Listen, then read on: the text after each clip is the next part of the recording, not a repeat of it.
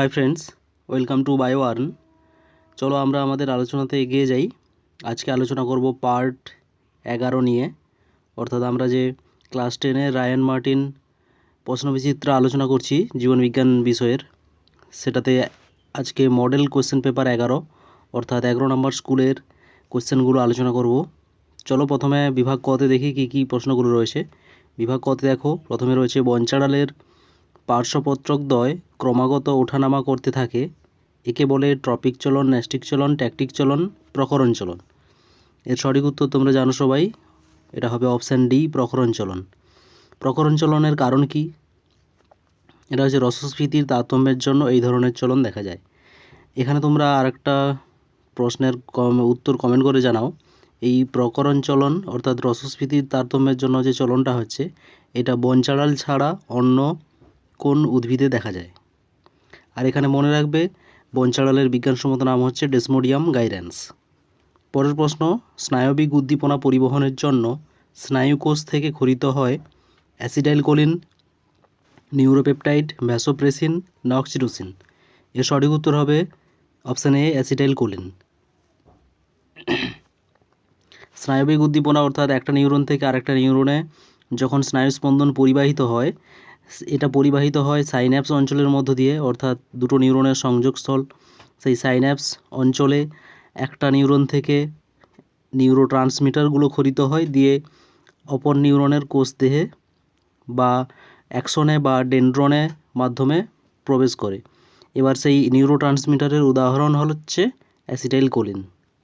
পরের প্রশ্ন, মানুষের দ্বিপদ গমনের সময় ঐচ্ছিক পেশির ছান্দিক বিচলন নিয়ন্ত্রণ করে থ্যালামাস, হাইপোথ্যালামাস, গুরু মস্তিষ্ক, লঘু মস্তিষ্ক?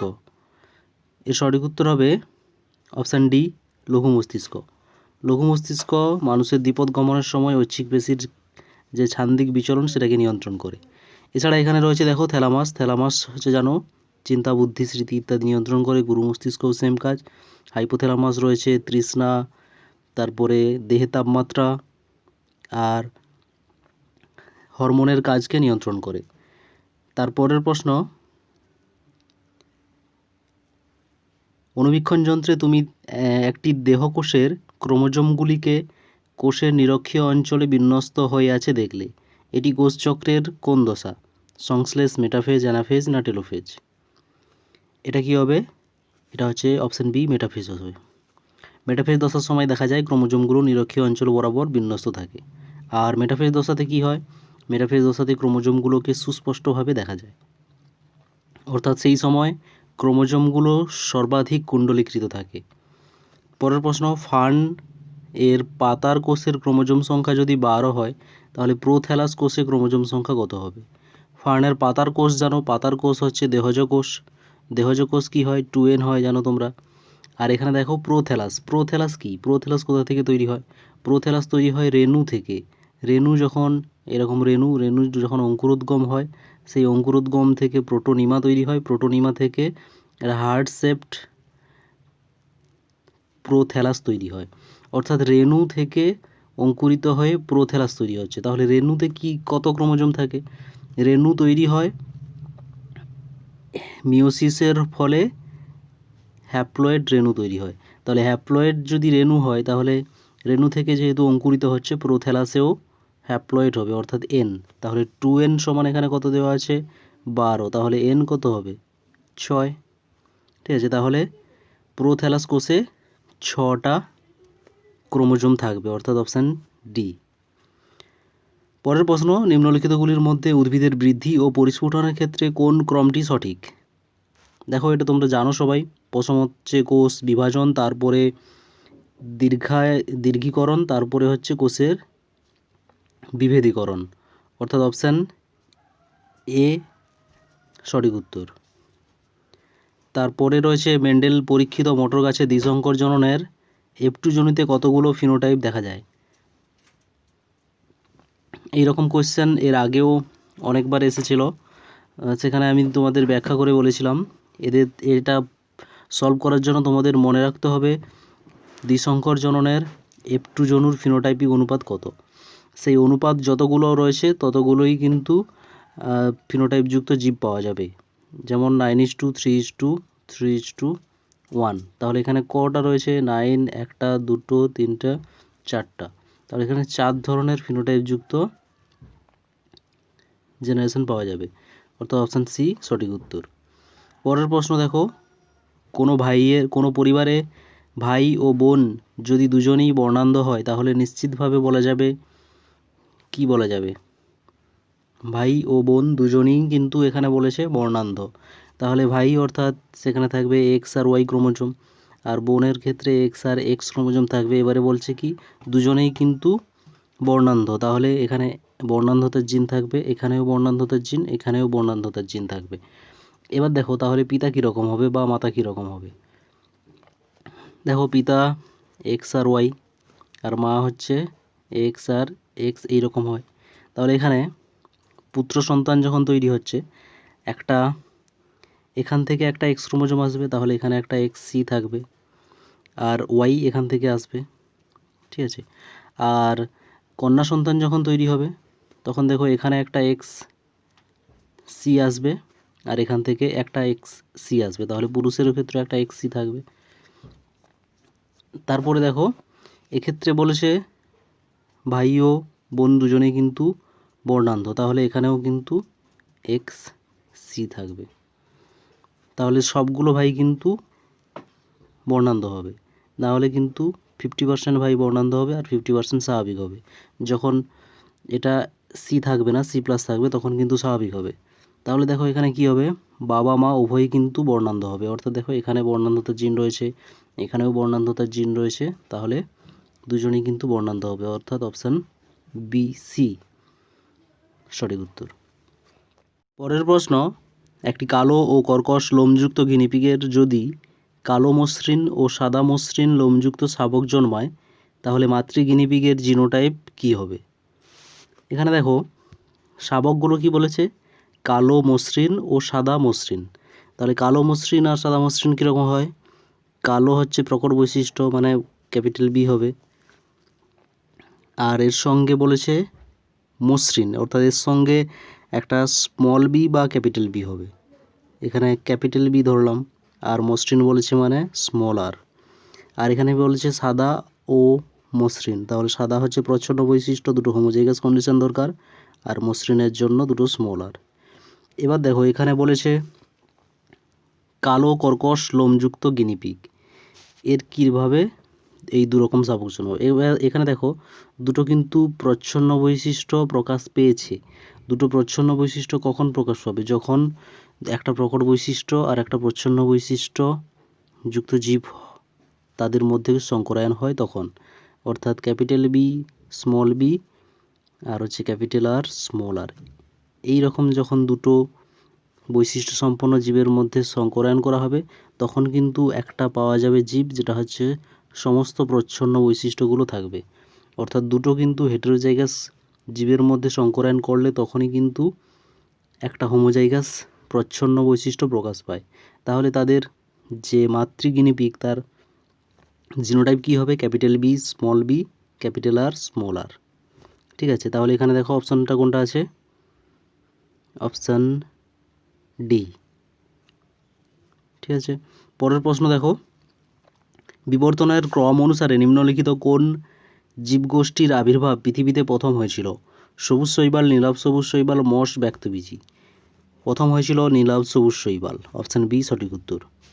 প্রাকৃতিক নির্বাচন তত্ত্বে উল্লিখিত যোগ্যতম বলতে বোঝায় ক্ষুদ্র প্রকরণযুক্ত জীব, অস্থায়ী প্রকরণযুক্ত জীব, অনুকূল প্রকরণযুক্ত জীব, বৃহৎ প্রকরণযুক্ত জীব। এর সঠিক উত্তর হবে অপশান সি, অনুকূল প্রকরণযুক্ত জীবগুলো কিন্তু যোগ্যতম হিসাবে বিবেচিত হয়। পরের প্রশ্ন, মৌচাক থেকে নিকটবর্তী বাগানে দূরত্ব 200 মিটার হলে ওই বাগানে মৌমাছি ওই বাগান থেকে ফুলের মকরন্দ সংগ্রহ করতে কিভাবে তথ্য আদান প্রদান করবে? চক্রাকার, অর্ধচক্রাকার, একবার চক্রাকার ও পরে ওয়াগেল নৃত্য, না অপশান ডি ওয়াগেল নৃত্য করবে? এর সঠিক উত্তর হবে অপশান ডি ওয়াগেল নৃত্য, কারণ 100 মিটারের মধ্যে হলে তখন তারা করে রাউন্ড ড্যান্স, আর তার থেকে বেশি হলে করে ওয়াগেল নৃত্য। এই মৌমাছির ভাষা কিভাবে আদান প্রদান করে এর সম্পর্কিত একটা ভিডিও রয়েছে, আমার ডেসক্রিপশানে দেওয়া থাকবে, তোমরা যদি না দেখে থাকো তাহলে অবশ্যই দেখে নাও। তারপর রয়েছে জৈব বিবর্ধন বলতে বোঝায় জীবের সংখ্যা বৃদ্ধি, জলাশয়ে জৈব পদার্থের সঞ্চয় বৃদ্ধি, জলাশয়ে জীবাণুর ঘনত্ব বৃদ্ধি, খাদ্য শৃঙ্খলের উচ্চ পুষ্টি স্তরে অভঙ্গুর দূষকের ঘনত্ব বৃদ্ধি। এর সঠিক উত্তর হচ্ছে অপশান ডি, জৈব বিবর্ধন অর্থাৎ বায়োলজিক্যাল ম্যাগনিফিকেশান। কথার অর্থ হচ্ছে খাদ্য শৃঙ্খলের যে সর্বোচ্চ পুষ্টি স্তরে যে রয়েছে যে সমস্ত প্রাণী বা উদ্ভিদগুলো বা জীবগুলো, সেখানে কোনো একটা অভঙ্গুর দূষকের ঘনত্ব বৃদ্ধি পায়। অর্থাৎ এক্ষেত্রে উদাহরণ হচ্ছে অভঙ্গুর দূষকের উদাহরণ ডিডিটি। ডিডিটির পুরো নাম জানো তোমরা, ডাইক্লোরো ডাইফিনাইল ট্রাইক্লোরো ইথেন। পরের প্রশ্ন, শিল্পাঞ্চলে হাঁপানি রোগীর সংখ্যা বৃদ্ধির কারণ এসপিএম, অম্লবৃষ্টি, CO2 এর ঘনত্ব বৃদ্ধি, বায়ুর উষ্ণতা বৃদ্ধি। এর সঠিক উত্তর অপশান সি, CO2 এর ঘনত্ব বৃদ্ধি। নিম্নলিখিত কোন জীবটি পশ্চিমঘাট ও শ্রীলঙ্কা জীববৈচিত্র্য হটস্পটে পাওয়া যায়? এর সঠিক উত্তর দেখো, অপশানগুলো রয়েছে রেড পান্ডা, হাতি, গন্ডার, সিংহপুচ্ছ, হনুমান। এর সঠিক উত্তর হবে অপশান ডি, সিংহপুচ্ছ হনুমান, অর্থাৎ যেটাকে বলা হয় লায়ন টেলড ম্যাকক। এটা কিন্তু পশ্চিমঘাট ও শ্রীলঙ্কা জীববৈচিত্র্য হটস্পটে পাওয়া যায়। তারপরে হচ্ছে অপশান বিভাগ খতে রয়েছে অগ্রস্ত প্রকটতার কারণ উদ্ভিদের ড্যাশ হরমোন। অগ্রস্ত প্রকটতা হচ্ছে সাহায্য করে অক্সিন হরমোন। অক্সিনের রাসায়নিক নাম জানো তোমরা, IAA, ইন্ডোল অ্যাসিটিক অ্যাসিড।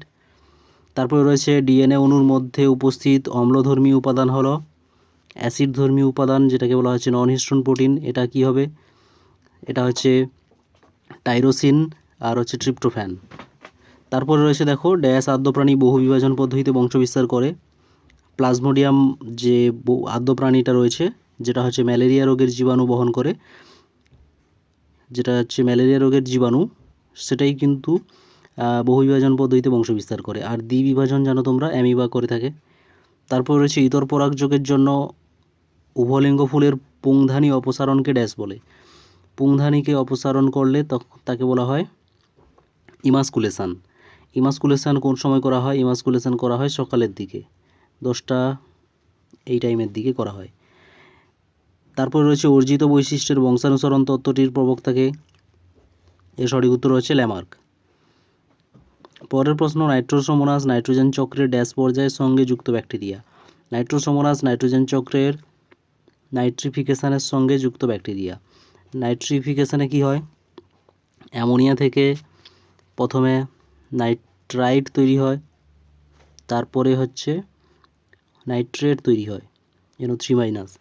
এই অ্যামোনিয়া থেকে নাইট্রাইট তৈরিতে সাহায্য করে নাইট্রোসোমোনাস, আর নাইট্রাইট থেকে নাইট্রেট তৈরিতে সাহায্য করে নাইট্রোব্যাক্টর। পরের প্রশ্ন, সত্য মিথ্যা রয়েছে। অক্ষিগোলকের কর্নিয়াতে আলোকসুবেদী কোষ বর্তমান। কর্নিয়াতে আলোকসুবেদী কোষ থাকে না, রেটিনা থাকে। অ্যাড্রিনাল কর্টেক্স থেকে অ্যাড্রিনালিন হরমোন খরিত হয়। এটা মিথ্যা হবে। অ্যাড্রিনাল কর্টেক্স থেকে গ্লুকোকর্টিকয়েড, সেক্সকর্টিকয়েড, মিনারেলোকর্টিকয়েড এগুলো খরিত হয়। আর মেডালা থেকে অ্যাড্রিনালিন আর নর অ্যাড্রিনালিন হরমোন খরিত হয়। পরের প্রশ্ন, প্রাণীকোষে সেন্ট্রোমিয়ার থেকে বেমযন্ত্র তৈরি হয়। এটাও মিথ্যা হবে। সেন্ট্রোমিয়ার তো ক্রোমোজোমে থাকে, এখান থেকে তৈরি হয় না। প্রাণীকোষে বেমতন্তু তৈরি হয় কোথা থেকে? সেন্ট্রোজোমের যে অ্যাস্ট্রাল রশ্মি রয়েছে সেখান থেকে তৈরি হয়। তারপর রয়েছে মানুষের কন্যাভ্রূণ Y ক্রোমোজোমের অনুপস্থিতিতে গঠিত হয়। এটা সঠিক হবে। Y ক্রোমোজোম থাকলে পুরুষ সন্তান জন্মগ্রহণ করবে, আর তার বদলে X থাকলে কন্যা সন্তান জন্মগ্রহণ করবে। সরীসৃপ হলেও কুমিরের হৃৎপিণ্ডে 4টি প্রকোষ্ঠযুক্ত। এটা সঠিক। কৃষিজমির সার বৃষ্টির জলে বাহিত হয়ে জলাশয়ে মিশলে ইউট্রিফিকেশান ঘটে। এটা সঠিক। পরের প্রশ্ন দেখো, এ স্তম্ভ বি স্তম্ভ রয়েছে। সুষুম্নাকাণ্ড, এটার সঙ্গে সঠিক হবে সুষুম্নাকাণ্ড রয়েছে ওর সহজাত প্রতিবর্ত ক্রিয়া, অপশান ডি। তারপর দেখো কোষপাত, কোষপাত হচ্ছে অপশান বি, ফ্রাগমোপ্লাস্ট হবে। অ্যালিল, অ্যালিল হচ্ছে জিনের বিভিন্ন রূপ, অপশান এফ। ফণিমনসার কাঁটা, পাতার রূপান্তর। NTCA, NTCA এর পুরো নাম হচ্ছে ন্যাশনাল টাইগার কনজারভেশন অথরিটি। এটা হবে ব্যাঘ্র প্রকল্পের সংরক্ষণের একটা প্রকল্প। তারপর রয়েছে বেঞ্জোপাইরিনের উৎস, এটা হবে অপশান ই, সিগারেটের ধোঁয়া। তারপরে চলে এসো পরের প্রশ্ন, মানুষের পায়ের একটি ফ্লেক্সর পেশির উদাহরণ দাও। মানুষের পায়ের একটা ফ্লেক্সর পেশি হবে হ্যামস্ট্রিং। বি সদৃশ্য রয়েছে মায়োপিয়া, হাইপারমেট্রোপিয়া, প্রেসবায়োপিয়া, প্রোটোনোপিয়া। এখানে দেখো মায়োপিয়া, হাইপারমেট্রোপিয়া, প্রেসবায়োপিয়া এগুলো হচ্ছে চোখের দৃষ্টি সংক্রান্ত ত্রুটি, আর প্রোটোনোপিয়া হচ্ছে চোখের বর্ণান্ধতা, লাল বর্ণান্ধতাকে বলা হয় প্রোটোনোপিয়া। তাহলে এটা এখানে বি সদৃশ্য হচ্ছে প্রোটোনোপিয়া। পরের প্রশ্ন, বয়ঃসন্ধিকালে কোন প্রকার ত্বকীয় গ্রন্থির ক্ষরণ বৃদ্ধি পায়? বয়ঃসন্ধিকালে ত্বকের যে ঘর্ম ও তেল গ্রন্থি রয়েছে সেই সমস্ত গ্রন্থির ক্ষরণ কিন্তু বৃদ্ধি পায়। এর ফলে বয়ঃসন্ধিকালে ব্রণ এই ধরনের কিছু উপবৃদ্ধি দেখা যায় মুখমণ্ডলে। পরের প্রশ্ন, শব্দ জোড় রয়েছে, জিন হচ্ছে লোকাস, তাহলে হিস্টোন কী হবে? জিন যেখানে অবস্থান করে তাকে বলা হচ্ছে লোকাস, আর হিস্টোন প্রোটিন আমাদের ক্রোমোজোমে রয়েছে, তাহলে হিস্টোন হচ্ছে ক্রোমোজোম হবে।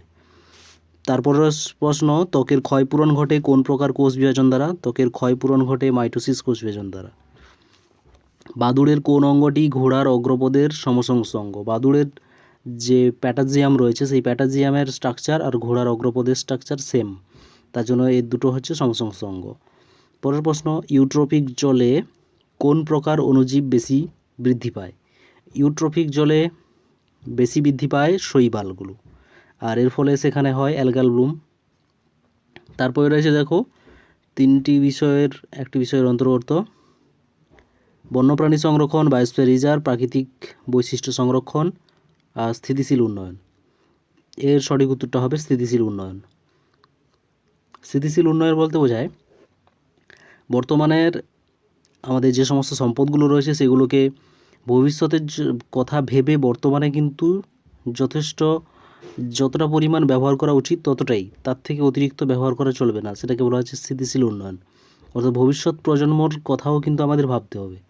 আর এই স্থিতিশীল উন্নয়নের অন্তর্বর্তী হচ্ছে আমাদের বন্যপ্রাণী সংরক্ষণ করতে হবে ভবিষ্যতের কথা ভেবে, বায়োস্ফিয়ার রিজার্ভ সংরক্ষণের একটা ব্যবস্থা, আর প্রাকৃতিক বৈশিষ্ট্যকে সংরক্ষণ করতে হবে। এটাই হচ্ছে স্থিতিশীল উন্নয়ন। পরে বিভাগ গতে যে প্রশ্নগুলো আছে সেগুলো দেখে নাও। বিভাগ ঘ, এর একটা পিডিএফও দেওয়া থাকবে, পিডিএফটা ডাউনলোড করে নাও, দিয়ে কোন কোন প্রশ্নগুলো তোমরা পারছো না সেটা কমেন্ট করে জানাও, পরে যাতে একটা ভিডিও বানাতে পারি। তো ফ্রেন্ডস, এই ছিল আজকে আমাদের 11 নম্বর স্কুলের আলোচনা। এর পরেই 12 থেকে 17 নম্বর কমপ্লিট করব। তোমরা যারা বলছো 17, 16, 15 আলোচনা করতে, তোমাদের বলি যে পরপর একটা সিকোয়েন্সে আমি আলোচনা করছি, তার জন্য একটু ওয়েট করে যাও। খুব তাড়াতাড়ি হয়তো একদিনে 2টো স্কুল আপলোডও করে দিতে পারি। ঠিক আছে, তোমরা এইভাবে পড়তে থাকো, ভালো থেকো, অল দ্য বেস্ট। দেখা হচ্ছে আবার পরের ভিডিওতে।